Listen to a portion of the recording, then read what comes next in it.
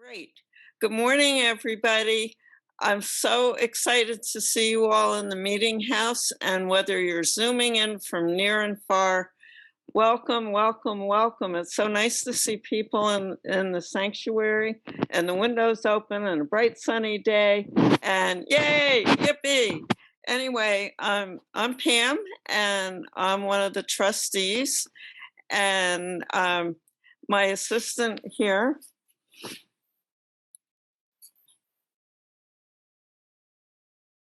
Oh, well, you can see him. It's Denali, my 3-year-old Golden, who is taking a nap. Otherwise, he'd be welcoming you too. Anyway, we have a really wonderful presentation today, and I hope you'll sit back and relax and enjoy. Welcome. Today we're going to be celebrating the Bread and Puppet Theater, and this is their manifesto, the opening words. People have been thinking too long that art is a privilege of the museums and the rich. Art is not a business.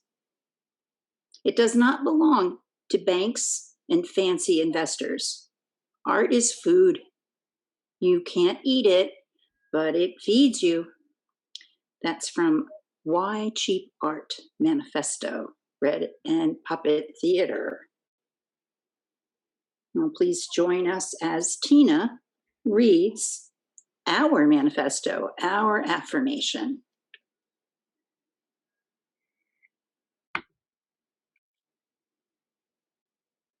Love is the doctrine of this church, and the quest for truth is its sacrament, and service is its prayer. To dwell together in peace, to seek knowledge in freedom, to serve the needs of all beings, to the end that all souls shall grow into harmony with the divine. Thus do we covenant with each other and with the source of our being. Thank you. Very good. Thanks, Tina. Yep. Now I'm going to read the entire manifesto. Why cheap art? People have been thinking too long that art is a privilege of the museums and the rich. Art is not a business. It does not belong to banks and fancy investors. Art is food. You can't eat it, but it feeds you. Art has to be cheap and available to everybody. It has to be everywhere because it is the inside of the world. Art soothes pain. Art wakes up sleepers. Art fights against war and stupidity. Art sings Alleluia. Art is for kitchens. Art is like good bread. Art is like green trees. Art is like white clouds in the blue sky. Art is cheap. Hooray! That's from Bread and Puppet in Glover, Vermont, written in 1984. Thank you, Bread Puppet. Thank you, Deb, for that. Please enjoy this video clip of the Bread and Puppet Theater Group.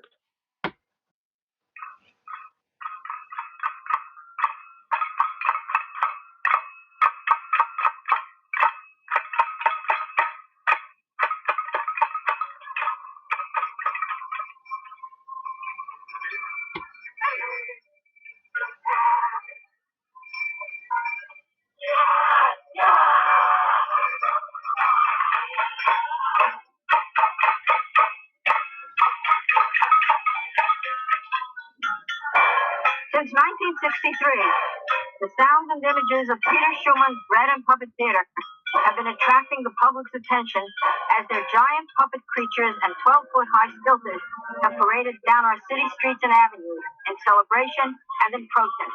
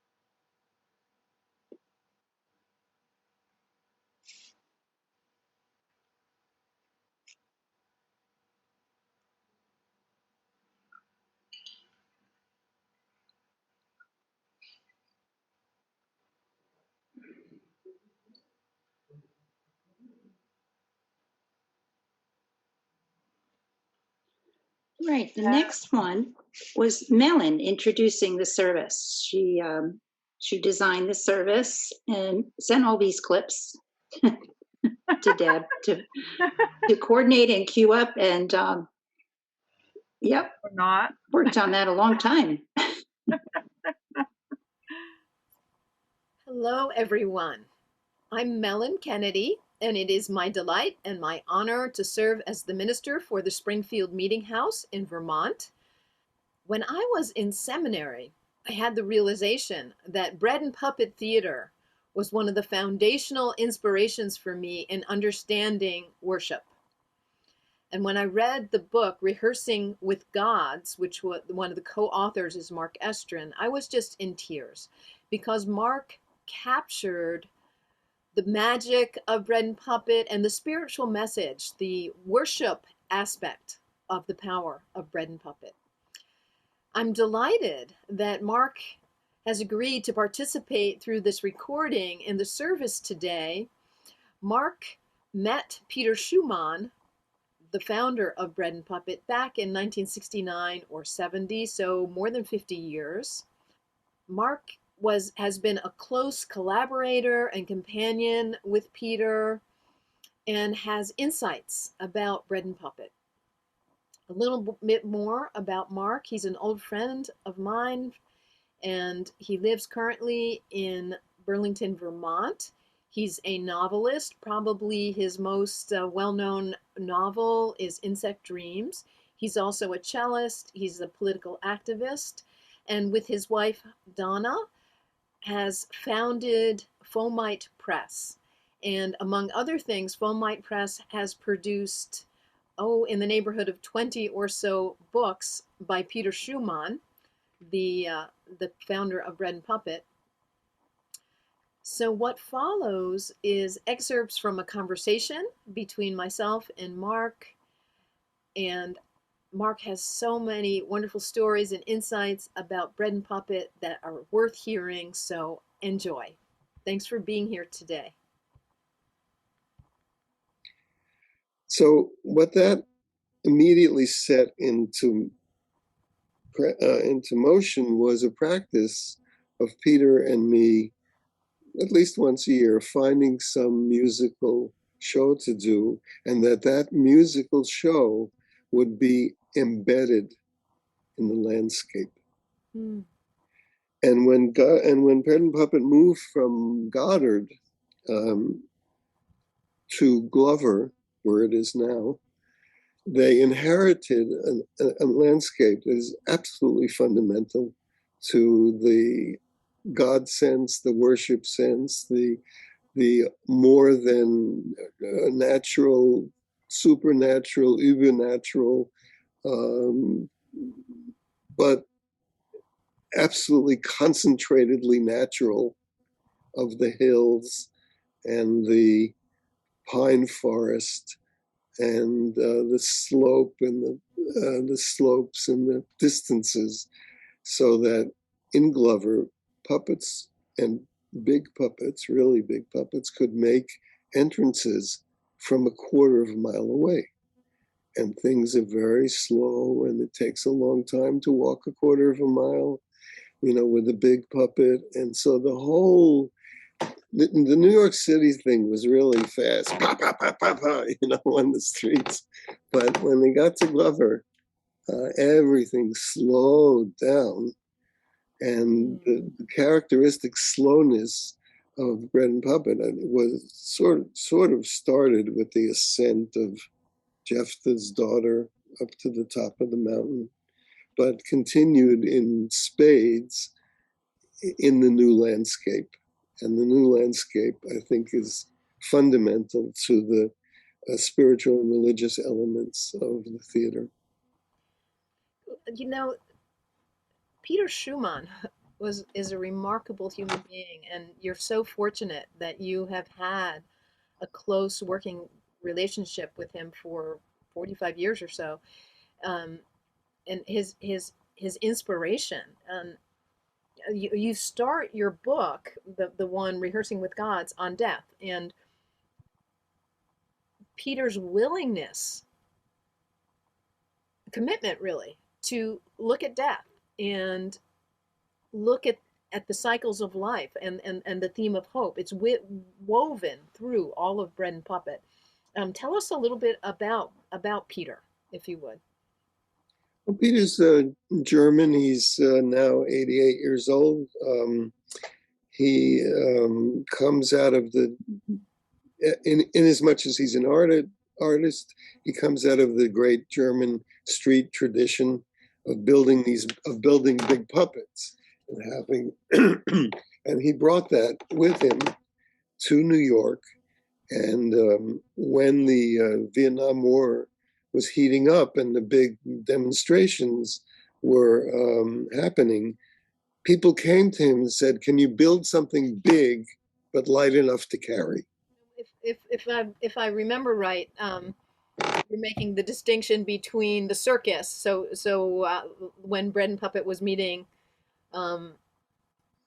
when in the summer, the circus acts are more during the day, right? And the shows were always constructed to start with a circus, so there's a circus ring and there's a backdrop, and it's small, and the audience sits around a bowl looking down into, and it's the school buses, the Bread and Puppet buses are the background, and there are these little acts, and they mostly started out being funny with political content.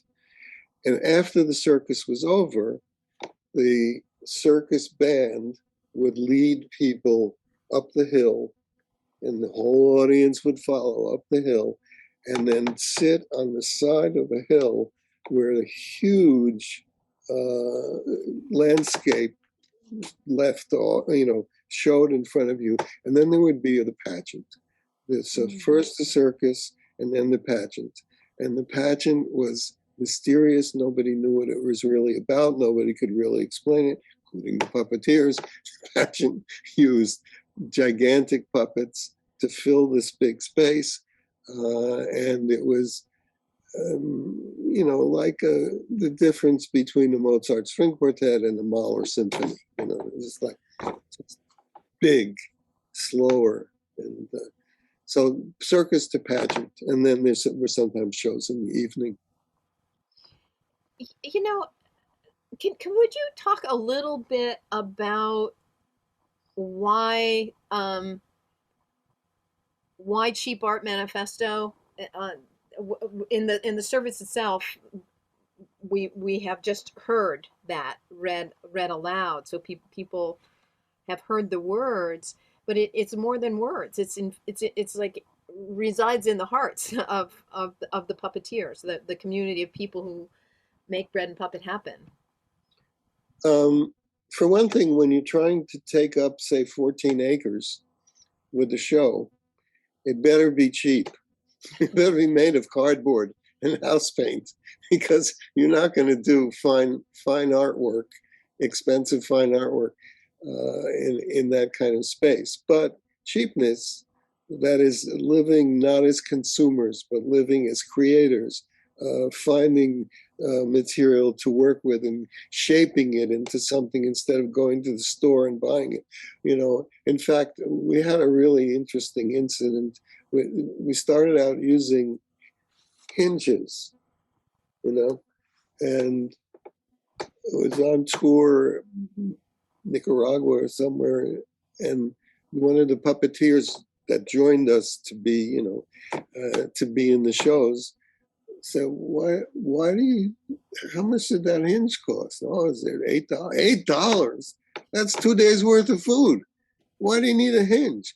And he showed us how to make to tie it with string, and it was a hinge, And so we stopped using hinges and felt guilty about it, And little by little, you learn that cheaper is not only cheaper, it's way more flexible and creative. I love it. And there's so much in the Cheap Art Manifesto. I just reading it, I find it affirming and empowering. And one of the phrases in there is "Let art soothe you." And I think in any time, but in these times, there's folks are feeling a lot of stress, a lot of anxiety and confusion and overwhelmment.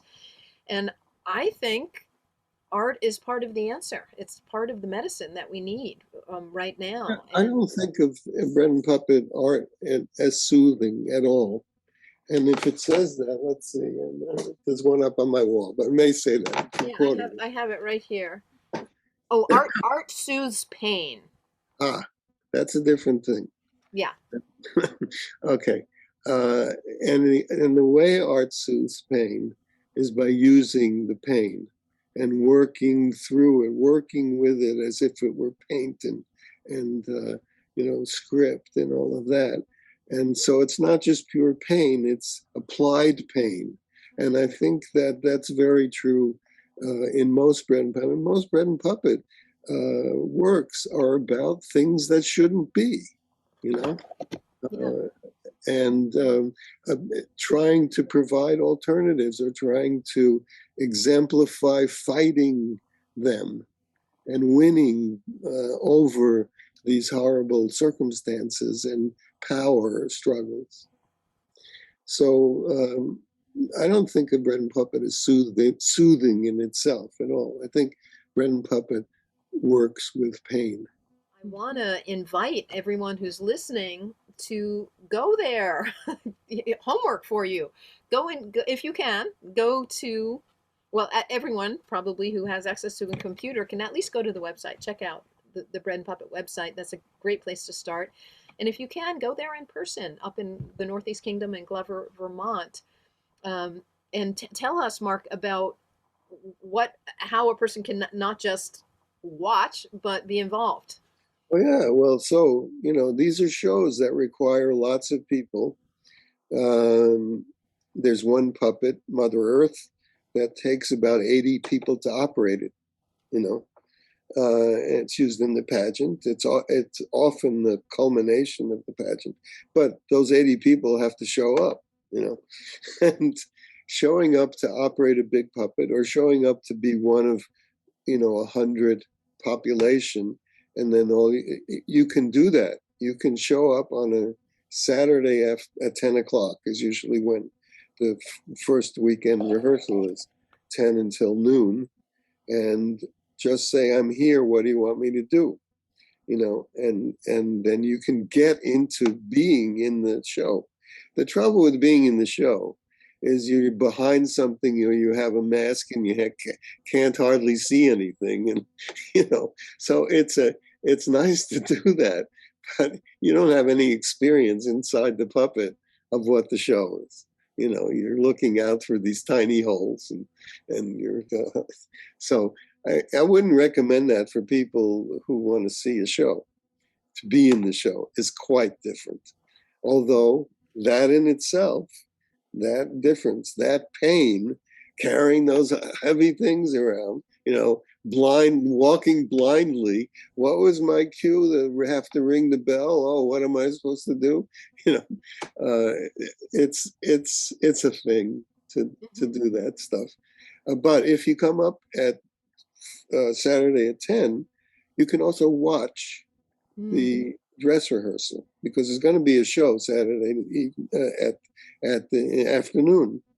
So you can watch Peter sit there in his chair and smoke his cigar and stop things and get things to do better. And you can watch the relationship between the puppeteers and Peter and him, and you can see how all these costumes are stored and run out and put back and all that in the buses. And the backstage of Bread and Puppet is as interesting and beautiful as the front stage. So if you want to watch a rehearsal and actually see a rehearsal, not be in a rehearsal, Saturdays at 10 is the time to do that. And we haven't even mentioned the bread part of it. That there's all these wonderful puppets, and part of the experience of Bread and Puppet is free bread with aioli on it, which is a garlic sauce, and oh my goodness, it made by the puppeteers. It's all beautiful. So that's your homework. Check out Bread and Puppet. Go up there on a Saturday this summer if you can. And Bread and Puppet does tour, so check it out. Saturday, the shows are Friday evening and Saturday and Sunday afternoons. The whole weekend. Sunday. Yeah. Yeah. And for sure, make your own art. The point of the part of the message of Bread and Puppet is art is accessible. It's not a privilege. It's the right. It's our birthright as human beings to participate in art, to witness and participate. So make your own art and let art soothe your pain. And avail yourself of the beauty of worship that helps you connect with the depth of your own being. And locally, for those of you who live in the Springfield area, go and visit Toni Streeter's art gallery up at the campground. Toni will be speaking after you and I, Mark. Toni loves Bread and Puppet and is an amazing artist in her own right. And her art gallery and her creations are an embodiment of the spirit of Bread and Puppet. So so hopefully this is a beginning, an invitation to explore Bread and Puppet and art in your own life, and to reclaim your birthright as a human being, to be alive, to be connected, to not be a consumer. I love what you said at the beginning, Mark, about the difference of regular theater being a comfortable consumer experience versus a real art, cheap art, living art experience of worship, where it's not necessarily comfortable, and that's part of it. You have to sit on the ground, and there's lots of grasshoppers jumping all over you.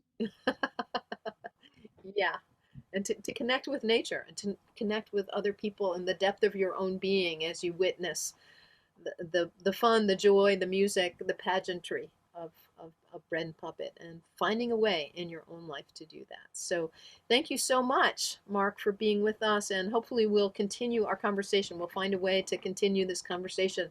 You have a wealth of experiences and stories about Bread and Puppet to share with us. So thank you very much.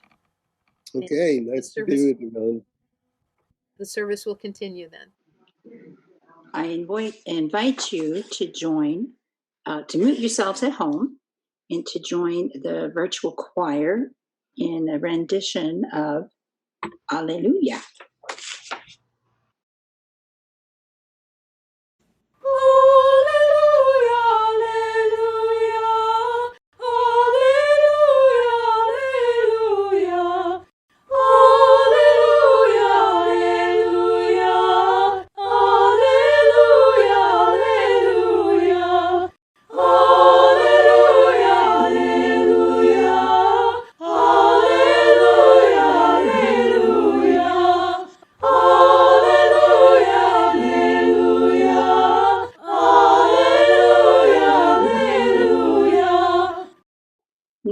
introduce Toni, who's going to tell us a part of how Bread and Puppet has been in your life or influenced your life.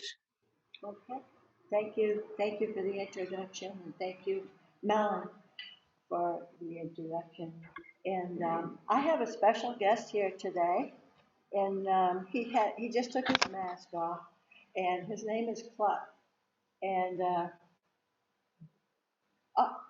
he's asking me to thank everybody that participated in this. All the people in Zoom land out there. You have Deb and Anne Marie, and you have Mellen and Mark and Julaine. I think I've got everybody's name in there, right? So anyways, Cluck is happy to be here. And we have our own breadstick and puppet here today. and he loves breadsticks. all right, Chuck. Oh, he wants the mic. No, you can't have that mic. Here, come here. Come on, you be a good boy. Come on. Tina, I think you should take care of Cluck. You know, he's not behaving very well. Yeah. All right. I guess I'm here by myself now to do this. Bread and Puppet. I gotta get my thing here. For me, Bread and Puppet represents the conscience of the world, where we can laugh at our awkwardness in the face of adversity and forgive our trespasses in the circus of life. I wrote that. Bread and Puppet shows us what is right with the world, and it tells us what's wrong with the world. Where evils are demolished and goodness prevails. I think that's their basic message. My first experience with Bread and Puppet was in 1995. Our boys don't really remember because they were little kids at the time, but I was blown away by it. It was like a place in my heart was nourished by its down-to-earth exuberance, high energy, enthusiasm, in a mix of protest and celebration. Mark mentions in his book how many people want to participate. In my youth, it would have been the perfect fit for me because it incorporated my values politically, spiritually, making art, traveling, and a simple lifestyle. And of course, the breaking of the bread also, and Peter's own recipe. And I've had it with the garlic. He puts garlic on it. It's really good. It's really very good. He passes it out at all the services. How many people here have been seen the Bread and Puppet? Oh my gosh! All right. There's a lot of people here. There's a lot of people here. Oh, how many people out there? All right, this is great. So you know the feeling of it and the magnitude of the beautiful puppets that he's created. So anyways, I was also inspired by Peter's art in the museum. It was magnificent. It just blew me away. Have you been in the museum too? It's really magnificent, and it moved me so much that when I got home, I went out in the campground. We have a stream, and I went out and I got a lot of clay, a whole bunch of clay, and I decided to make my own puppets with the clay because that's how he does it. He forms these faces. So I formed the faces. He uses beer in his formula, beer and straw and water and clay to make these sculptures. And then you take the paper mache and you put it right over the clay, and it forms. I made huge, huge puppets, you know, a bunch of them, you know, like this. I spent all summer or all winter doing this for our 4th of July pageant at the campground with the kids. And so my whole basement was covered with puppets everywhere. and so, anyways, after I made the puppets and painted them, they came out pretty good. We had the pageant, and I also wrote a little play, and it was called Rewriting the Declaration of Independence. And George Washington came back from it into our time, and he saw all the things that had changed since he was a surveyor so many years ago, and he was distraught over the pollution that was here, and the big agriculture and big business and everything, and he was a little sad until he came to the campground. Oh, there were aliens there too in this thing. I think the X-Files had something to do with this play. But there were aliens there, and they all had their masks on and everything. And so anyway, he was happy to see the children in the campground and how beautiful it was. We had flares and in the trees and flags on both sides, and the kids all came out with their masks on. It was really something. There were probably about 20 or 30 kids there with all their masks and everything. And then, of course, we did the play. But it was a lot of fun, and so he was smiling when he came to the campground and saw all the little kids outside and enjoying themselves and playing together. So he saw hope in the children. There was another influence that I just realized lately, and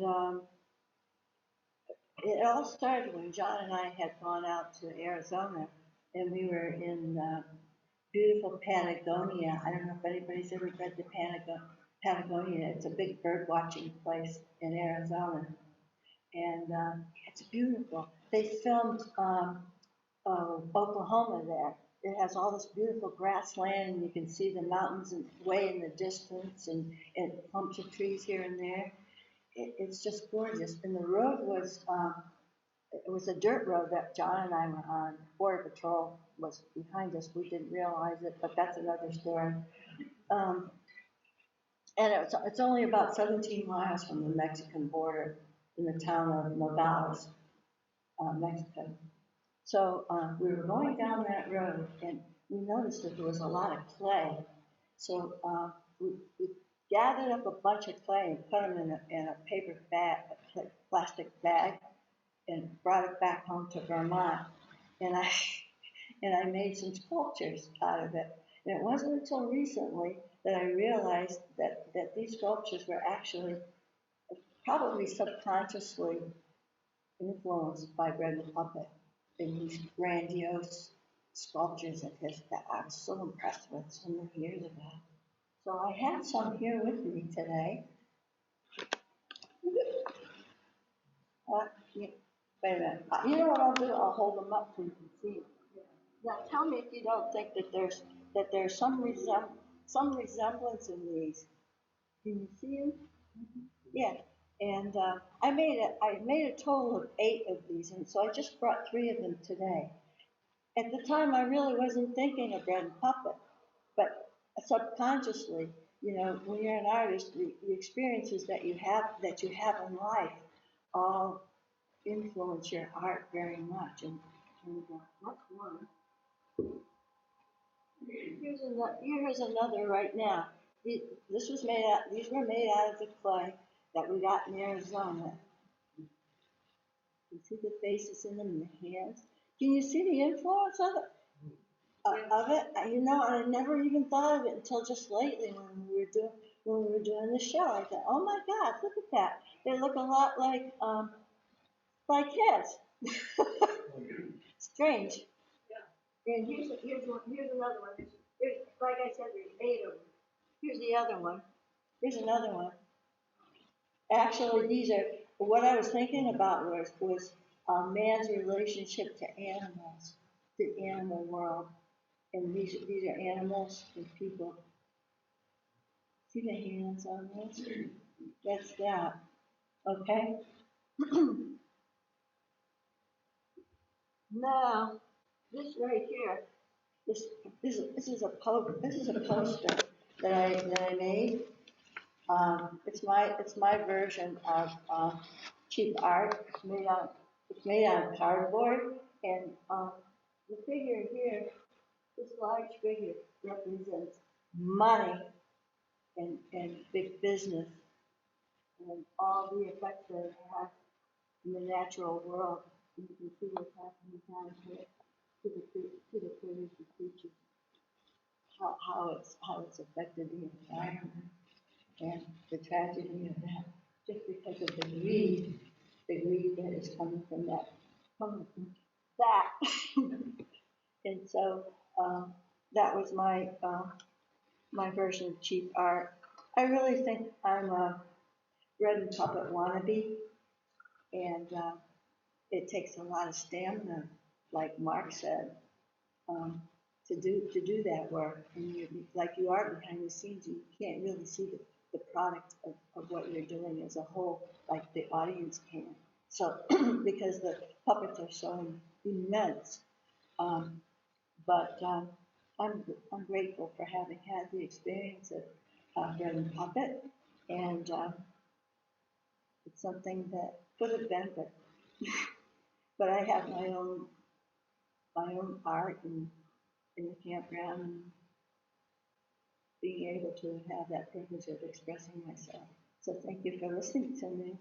And Anne Marie, I know you had some stories to tell, and I'm sure there's other people that are here that have been there that maybe want to come and share their ideas and how it's affected them. Thank you. Thank you, Toni. That is wonderful that you brought your pieces of art there. And I'm glad that you showed them up close to the screen, because I didn't see all the detail, from back here. If I was even sitting in the sanctuary, I wouldn't have seen all the detail unless I went up. So that was quite the story. But when Mellen and I were chatting about this service, and she asked me to participate on Friday. She had put this all together and needed someone to help sort of coordinate the different, links, one thing to the other. And Deb got, I think, all those screen shares to kind of try to cue those up. So here we are, putting this together. But I asked Mellen, why bread and puppet for the service now, and it's so clear that we really do need lots of different ways that we come together that are about lifting our spirit and finding joy. And I think this is a really good expression. Bread and puppet was started up in New York on the Lower East Side, just about the time that I was living in New York as a 9 and a 10-year-old. And they began to do this most unusual thing, which was to have theater. Some of my favorite things: theater, art, activism, an inclusive community that can all act together in a playful way, in a dramatic way, in a safe way, to tell stories that are about the times we're living in. Or they've even taken stories and made plays out of history that happened, like in the 1500s. Of course, we're doing the same thing as a society politically. So they just are putting that out there. This is what human beings do. This is what we do. And some of the themes in the stage shows, like when they came to Portland last, they did one which was about bye-bye. And I think bye-bye, it was essentials to Mother Earth. They were exposing what we're doing, what big corp is doing and big business is doing. And, you know, when we lead or can be led by consumerism, how indeed we're saying bye-bye to Mother Earth. And, you know, getting everybody involved. They where I live in Portland, they just stopped it actually just before the pandemic, but they had this thing called the Old Port Festival for 30 years, about 30 years. And so every summer they would close off the whole sort of like downtown area, and it would be started off and led by the bread and puppet folks, because they came to Portland so often that they did a workshop on creating the masks and the puppets and the stilts and the costumes. And folks would come out. Sometimes there were a number of people that were, you know, showed up every year, and there were other people who were new people, and everyone's invited. That's one of the things I love. It's very inclusive. And they would have this parade right down through the Old Port. And everyone was invited to, you know, come out and bring your costumes and be playful. And there was just resounding, you know, joy and color, and, you know, let's celebrate being alive, and let's find our voices and our creative energy. So I was also introduced to this bread and puppet by my girls, who were all in theater when they were in their school years, and to the point where Rosaline actually wrote a few plays and involved her sisters, because she actually liked directing them anyway, you know, younger sisters. And they took different roles and they played out these roles, and they all grew up then to be, you know, activists. I think some of you have met my girls. And so they're out in the world, and they're still kind of from the seeds. So how did it influence my life?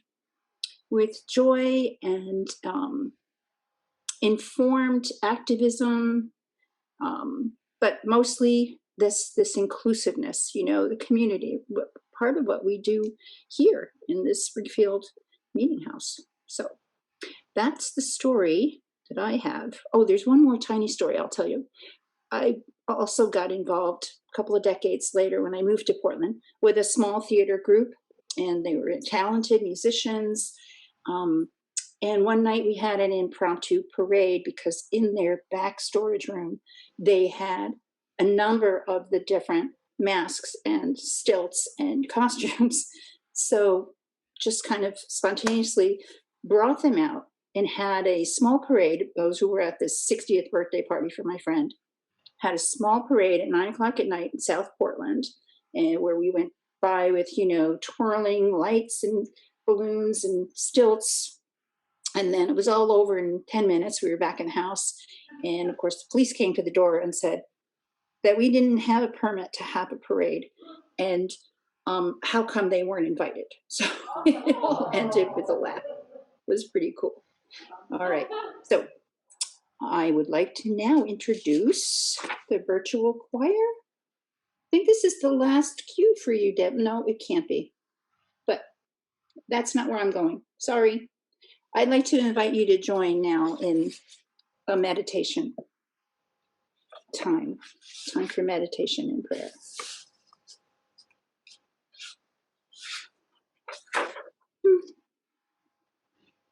Let's take a nice deep breath. It's been a very stimulating service. Okay, nice deep belly breath.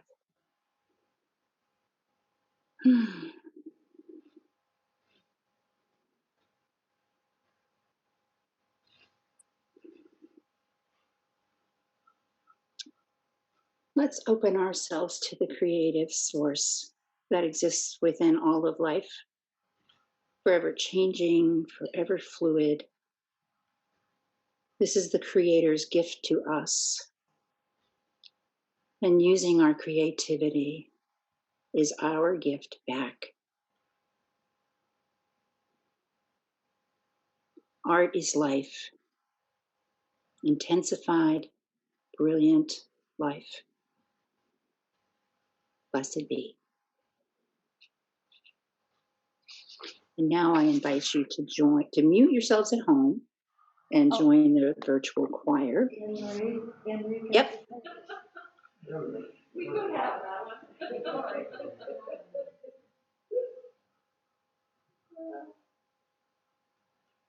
Oh, when the saints go marching in.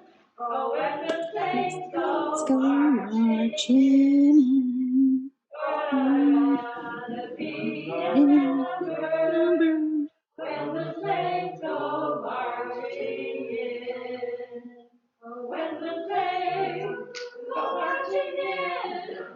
Oh, when the saints go marching in. Go marching in. Oh, I wanna be in that number. Oh, the saints go marching in. Oh, when the saints go marching in. All right, we did it. And then we have to do the closing word and the bell extinguishing. Now we'll have the bell and the chalice. Thank you, Toni. Thank you, Tina. Yeah. And I will read our closing words. This is from Toni Morrison. This is precisely the time when artists go to work. There is no time for despair, no place for self-pity, no need for silence, no room for fear. We speak, we write, we do language. That is how civilizations heal. I know the world is bruised and bleeding, and though it is important not to ignore its pain, it is also critical to refuse to succumb to its malevolence. Like failure, chaos contains information that can lead to knowledge, even wisdom, like art. Thank you, Toni Morrison.